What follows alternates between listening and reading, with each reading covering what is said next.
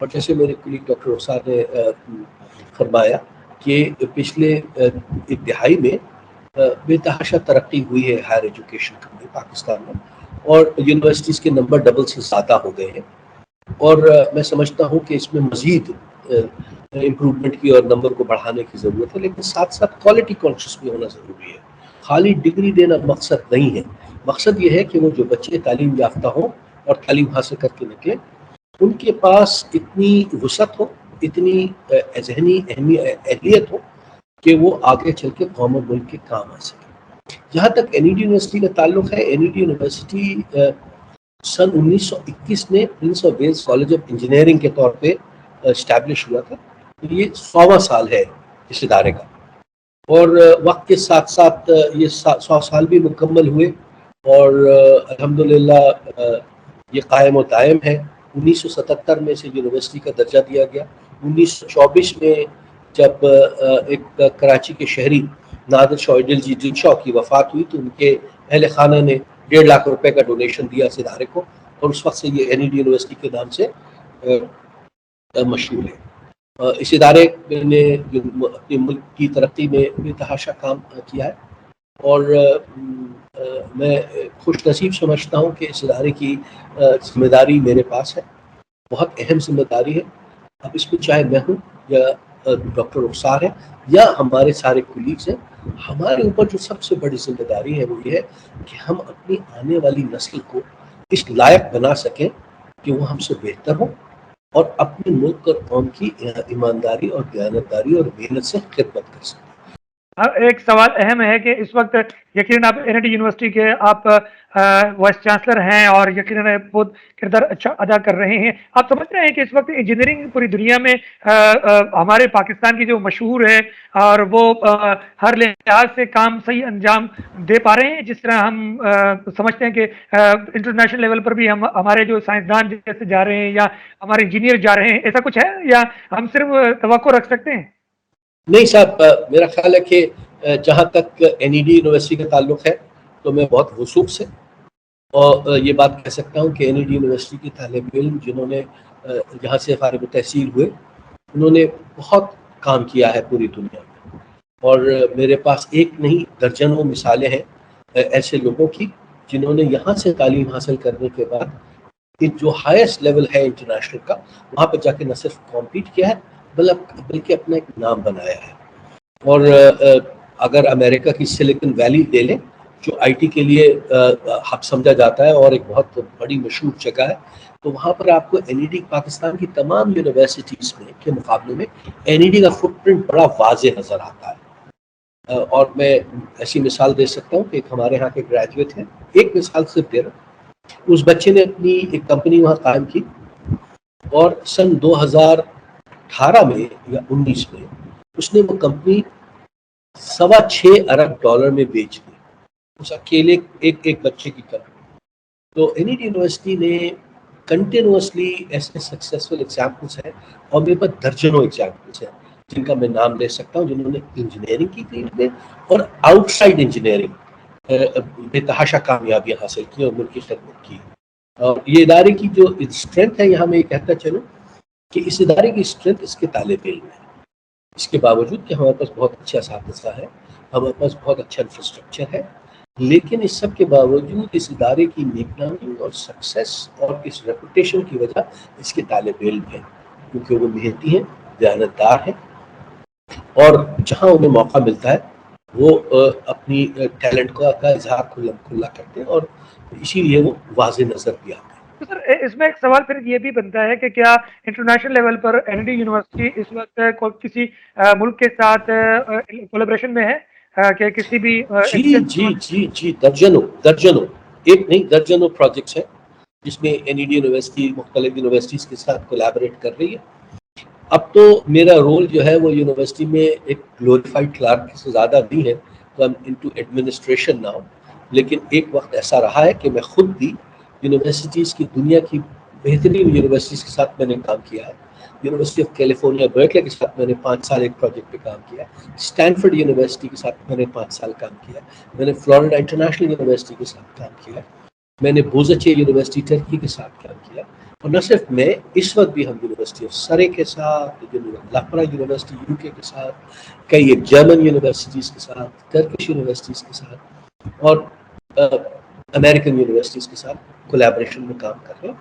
اور ان سے ہم برابری کے حصے پہ کام کر رہے ہیں۔ یہ ضرور ہے کہ ان کے وسائل بہتر ہیں اور ہمیں ان سے سیکھنے کا زیادہ موقع ملتا ہے، لیکن سب کے باوجود ہمارے طالب علم اور ہمارے اساتذہ نہ صرف اس کولیبریشن سے مستفید ہو رہے بلکہ اس سے ان کے شانہ بشانہ کام کر رہے ہیں۔ سر جو یونیورسٹی ٹو یونیورسٹی جو پاکستانی یونیورسٹی ہیں، کیا آپس میں جو وائس چانسلر آپس میں بیٹھتے ہیں، ملتے ہیں، کوئی ورکشاپ، کوئی سیمینار، کوئی کانفرنس اس طرح، تاکہ آئیڈیاز کی شیئرنگ ہو؟ کبھی ایسا ہوا؟ انفارچونیٹلی اس کا فقدان ہے، کوئی بہت فارمل فورم نہیں ہے۔ یہ اور بات ہے کہ ہائر ایجوکیشن کمیشن ہمیں وقتاً فوقتاً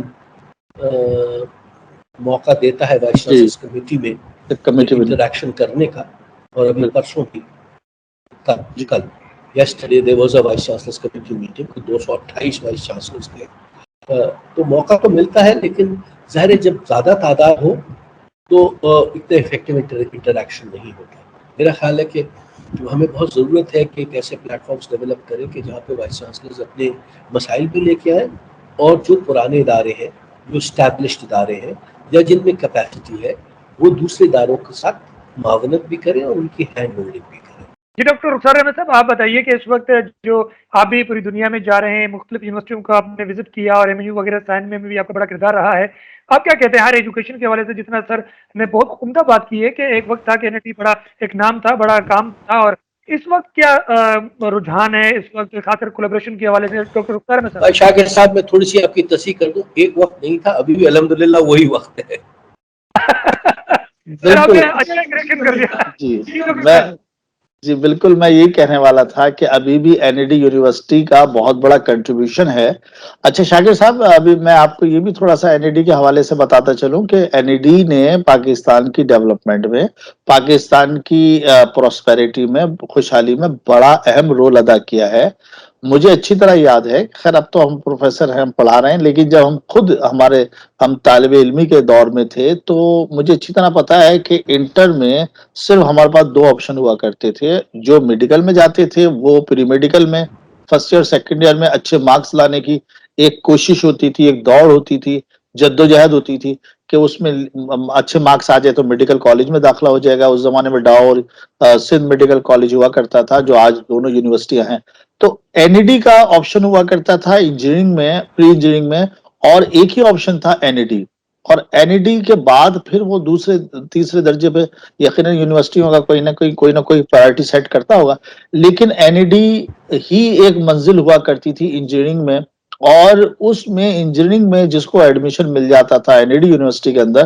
تو وہ سمجھ لیں کہ اس کی لائف اب سیٹ ہو گئی۔ اچھا صرف ایسا ہی نہیں ہے، بلکہ یہ حقیقت میں بھی ایسا ہی ہوتا تھا۔ میں یہ نہیں کہہ رہا کہ اگر NID نے مثال کے طور پہ 100 اسٹوڈنٹس کو ایڈمیشن دیا تو 100 کے 100 لوگوں کی لائف چینج ہو گئی، لیکن یہ حقیقت ہے کہ اس میں میجورٹی کے پوری فیملی کی لائف چینج ہو جاتی تھی۔ مثال کے طور پر جو اسٹوڈنٹ وہاں سے پڑھ کر نکلتے تھے BE کر کے، یا اور جو انجینئرنگ کی جو فردر ڈگری ہوتی ہیں، تو وہ ایک نہ صرف پاکستان میں کراچی میں بلکہ پاکستان سے باہر بھی ان کو اسی طرح سے لیا جاتا تھا کہ ایک اچھے انسٹیٹیوشن سے، ایک اچھی یونیورسٹی سے یہ پڑھ کر آئے، ان کے پاس ڈگری ہے، تو ان کو وہ پروٹوکول اور وہ ساری چیزیں ملتی تھی جو کمپیریٹیولی اگر ہم کمپیریزن کریں کسی اور یونیورسٹی سے کہ اگر اس نے وہاں سے ڈگری لی ہے تو وہ نہیں ہوتا تھا۔ اچھا اس میں صرف بات یہ نہیں ہے کہ باہر اس کی کوئی، اصل بات یہ ہے کہ جو NID نے اپنا ایک رکھا سسٹم کے پڑھانے کا، اور جو بھی ان کی اسٹریٹجیز رہی ہیں، اس سے پھر ایسے انجینئرز نکلے، اور کہ جنہوں نے نہ صرف پاکستان میں، تو جس طرح سے میں نے کہا اکنامک ڈیولپمنٹ میں انہوں نے رول ادا کیا، بلکہ پاکستان سے باہر جانے کا، جو ابھی ڈاکٹر صاحب نے شیئر بھی کیا ایک کیس اسٹڈی، تو میں بالکل کہوں گا کہ پاکستان سے باہر اگر انجینئرز نے اپنا نام بنایا تو just because of NID university, یہ تو جاتا ہے ان کو اس کا صحرا اور اس کا کریڈٹ ڈاکٹر صاحب کو اور ڈاکٹر صاحب کی یونیورسٹی کو، تو اس میں کوئی شک نہیں ہے، دو رائے نہیں ہے۔ بالکل عمدہ بات کی، اور بلکہ آپ نے ایک تصحیح بھی کر دی ہے، بلکہ ایک جس طرح کہ ہماری رہنمائی ظاہر اساتذہ ہی کریں گے، اور جب ہم سوال کریں اس کو سوال کو بھی آدھا علم بنانے والے اساتذہ ہی ہوتے ہیں۔ اچھا سروج چودھری صاحب، ایک اہم سوال، جیسے کہ آپ سمجھتے ہیں کہ اس وقت انجینئرنگ ایک بات یہ بھی کہتے ہیں کہ جی ایک خشک مضمون ہے، ایک خشک موضوع ہے، آپ اس بارے میں کیا کہتے ہیں؟ آپ کی رائے کیا ہے اس بارے میں؟ لیکن اصل میں دیکھیں آپ، انجینئرنگ کے کام میں سیٹسفیکشن بہت ہے۔ آپ انجینئر کا کام بیسکلی سوسائٹی کی پرابلمس کو سالو کرنا ہے اور زندگی کو سہل اور آسان بنانا ہے۔ اور آج ہم اور آپ جو بات کر رہے ہیں، اور ہماری آپ کی کبھی ملاقات قبل مشافہ نہیں ہوئی، تو اس کی وجہ یہ انجینئرنگ ہے۔ یہ سارا انٹرنیٹ، یہ اس طرح کے آن لائن اپلیکیشنز، اور یہ چیزیں پہلے ممکن ہی نہیں تھی، اور وقت کے ساتھ ساتھ اگر آپ دیکھیں تو پچھلے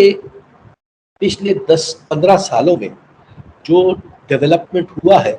میں تو ہمیشہ یہ کہتا ہوں کہ computer is the second biggest invention of main kind.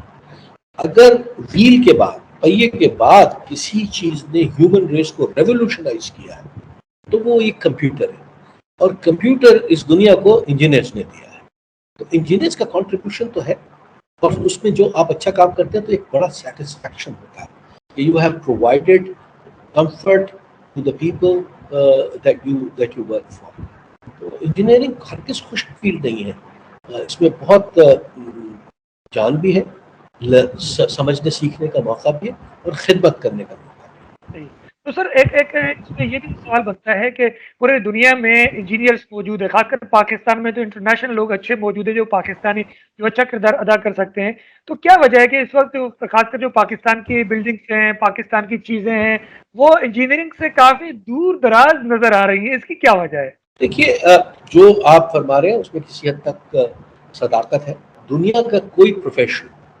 جب تک ریگولیٹ نہیں ہوگا تو بہت ساری چیزیں ہوں گی۔ میرے معزز ساتھی ہیں، آپ کا تعلق وکالت سے ہے، اور وکالت بھی ریگولیٹڈ پروفیشن ہے، اور اس کی ایک ریگولیٹری باڈی ہے، اور اس کا بڑا انفلوئنس ہے نہ صرف پروفیشنلز پہ بلکہ تعلیمی اداروں پہ بھی۔ اچھا، ہوتا یہ ہے، اسی طرح ہماری ریگولیٹری باڈی ہے پاکستان انجینئرنگ کونسل، بہت فعال اور افیکٹو ادارہ ہے۔ اب ہوتا یہ کہ جو 4 سال میں بچہ سیکھتا ہے وہ پھر 40 سال امپلیمنٹ کرتا ہے، اور سب لوگوں کی توجہ اس 4 سال پہ ہوتی ہے۔ میرا خیال ہے کہ تھوڑی سی ضرورت ہے ان 40 سالوں پر بھی، کہ جس میں وہ بچہ سیکھ کے جب نکلے تو وہ جب یونیورسٹی سے گریجویٹ ہوتا ہے تو اس کے پاس صرف علم ہوتا ہے، اس کو اس علم کو امپلیمنٹ کرنے کا تجربہ نہیں ہوتا۔ اور انجینئرنگ کی پریکٹس ہو یا لا کی پریکٹس ہو یا میڈیسن کی پریکٹس ہو، جب تک اس کا ہاتھ پکڑ کے وہ پریکٹس نہیں کرائی جائے اور اس کی سرپرستی نہ کی جائے، اس کی کوالٹی کو ایشور نہیں کر سکتے۔ تو جو آپ فرما رہے ہیں اس میں ہے بھی یہی کہ انجینئرنگ میں خاص طور پہ، اور جس طرح آپ نے فرمایا کہ بلڈنگز کے حوالے سے جو سول انجینئرنگ ہے، تو اس میں ایفیکٹو ریگولیٹری میکینزم کی ضرورت ہے۔ اور یہ کام خالی بلڈنگ کنٹرول خالی پاکستان انجینئرنگ کونسل کا نہیں ہے، بلکہ اور بھی ایسے صوبائی ادارے ہیں جن کی ذمہ داری ہوتی ہے، اور اس کی ایفیکٹو امپلیمنٹیشن ہو اور ایفیکٹو کنٹرول میکینزمز ہوں، تو کوئی وجہ نہیں ہے کہ ہم بھی ایسی بلڈنگ بنائیں جو ساری دنیا میں بنتی ہے۔ تو سر کوئی ایسا آئیڈیا، ایسا مشورہ، یا ایسی کوئی سوچ، ایسا خیال، ایسا سپنا، ایسا خواب جو آپ نے دیکھا ہو کہ انجینئرنگ کے حوالے سے اب اس طریقے سے تعلیم دی جائے، یا پھر آپ سمجھتے ہوں کہ اس وقت انٹرنیشنل لیول پر ہم اپنی یونیورسٹی کو اس لیول پر لے کر جا سکتے ہوں؟ دیکھیے، جو میرا کام ہے نا وہ تو سوائے خواب دیکھنے کا اور کچھ ہے ہی نہیں۔ میرا کام ہی یہ ہے کہ میں دیکھ سکوں کہ فیوچر میں کیا ہونے جا رہا ہے، اور اپنے بچوں کو اس فیوچر کی تربیت دے سکوں۔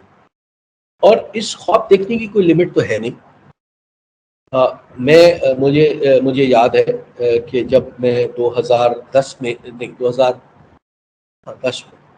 جب مجھے ڈین کی حیثیت سے تعینات کیا گیا، تو سب سے پہلا کام میں نے یہ کیا کہ اپنے تمام سینئر ساتھیوں کو بلایا اور کہا کہ let's sit down and brain storm کہ آئندہ آنے والے وقتوں میں ہمارا رہن سہن کیا ہوگا، اور کس طرح کی تبدیلی ہوگی، اور کس طرح کی انرجی یوز کر رہے ہوں گے، اور اسی طرح سے ہم اپنا کریکولم کو بھی ریوائز کریں۔ اچھا، اتفاق سے یہ اسی زمانے کی بات ہے کہ مجھے پاکستان انجینئرنگ کونسل نے ایک ذمہ داری سونپی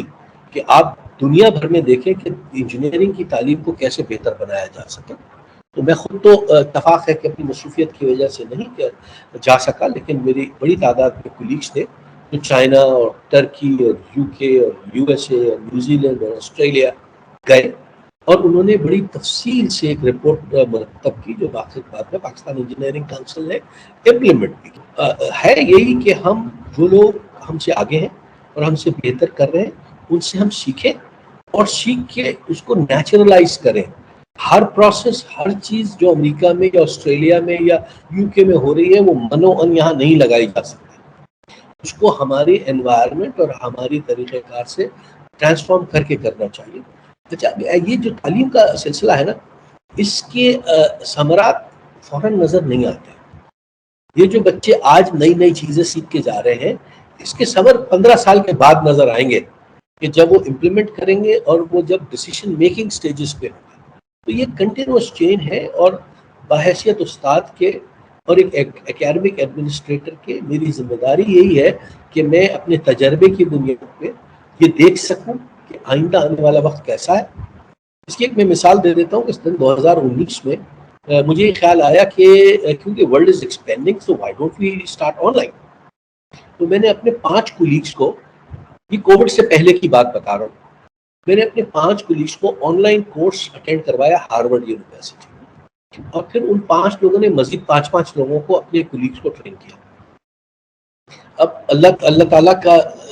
کرنا ایسا ہوا کہ اس دنیا کو کووڈ نے آدھا بوچھا، تو کیونکہ ہم نے پیچھے سے تھوڑی بہت نہ جانے کیوں، شاید ایک فیوچرسٹک سوچ رکھنے کی وجہ سے ہماری تھوڑی بہت تیاری تھی، تو اس کا نتیجہ یہ ہوا کہ ہم فوراً نہ صرف آن لائن شفٹ ہوئے، بلکہ ہمارے ہاں آج بھی بچوں کا تعلیمی ایک دن بھی ضائع نہیں ہوا، اور اس کی وجہ یہی تھی کہ ہم فیوچرسٹک تھے اور ہم دیکھ رہے تھے اور ہماری تیاری تھی۔ 12,000 بچوں کو مختلف سبجیکٹس میں ہمارے پاس ایک وقت میں کوئی تقریباً 400-450 سبجیکٹس پڑھائے جاتے ہیں۔ اس کی نہ جانے کیوں اللہ تعالیٰ نے شاید ہم پر رحم کیا کہ ہم پر ہماری تھوڑی تیاری بہتر تھی، اور اسی کا نتیجہ تھا کہ وہ بغیر تعلیمی وقت ضائع کیے ہوئے، کیونکہ بچوں کا وقت بہت اہم ہے، اور اگر وہ وقت پر ان کو تعلیم مل جائے اور وہ وہاں سے گریجویٹ ہو جائے اور صاحب روزگار ہو جائے تو بڑے خاندانوں کا اور بڑے لوگوں کا فائدہ ہوتا ہے، اور اللہ کا فضل ہے کہ یہ ہو رہا ہے۔ پھر آخر میں کوئی پیغام دینا چاہیں، کوئی مشورہ دینا چاہیں، کوئی نصیحت کرنا چاہیں؟ میری تو نصیحت صرف ایک ہی ہوتی ہے اور ہمیشہ یہی ہوتی ہے، کامیابی تو محنت کی وجہ سے خود بخود آپ کے پیچھے آتی ہے، پیسہ بھی آپ کے پیچھے آتا ہے۔ محنت کرنے سے جو سب سے بڑی چیز ملتی ہے وہ عزت ہے۔ آپ سفارش سے نوکری تو لے لیتے ہیں، سفارش سے پروموشن بھی لے لیتے ہیں، لیکن سفارش سے عزت نہیں لیتے۔ عزت جو ہے محنت سے ملتی ہے، یہی میرا پیغام ہے۔ بہت زبردست۔ ڈاکٹر رخسار احمد صاحب کوئی پیغام دینا چاہیں؟ ویسے بڑی اچھی بات کی ہے لودھی صاحب نے، کہ ویسے بھی میں اس کو اس انداز سے کہتا ہوں، وہ بھی بالکل لودھی صاحب کے ہی پرسپیکٹو میں، کہ محنت کرنا انسان کا کام ہے اور اس کا نتیجہ دینا اور وہ اللہ تعالیٰ کا کام ہے۔ تو بس انسان کے ہاتھ میں محنت ہی ہے، اور باقی جو نتائج ہیں وہ تو اللہ تعالیٰ کے ہی ہاتھ میں ہے۔ اور بس پیغام کے حوالے سے میں یہی کہوں گا کہ پاکستان کی تعمیر کریں، پاکستان کی سے محبت کریں اور دل سے کریں۔ میرے خیال میں یہ ہم لوگوں کا اب اس کی ضرورت ہے اس بات کی، اور ماشاءاللہ لودھی صاحب جیسے لوگ جو ہیں وہ ملک قوم کی خدمت کر رہے ہیں، اللہ تعالیٰ ان کو حوصلہ دے اور ہمت دے اور اس کی جزا دے۔ بہت شکریہ professor doctor meritorious Rukhsar Ahmed صاحب، آپ نے ہمیں وقت دیا، بہت شکریہ۔ اور sir professor doctor vice chancellor NIT university Sarosh Hashmat Lodhi صاحب، آپ کا بھی بہت شکریہ، آپ نے مفید معلومات دی اور آپ نے عمدہ پیغام دیا اور ہماری رہنمائی کی۔ یونیورسٹی سے شاکر کو دیجیے اجازت، فی امان اللہ۔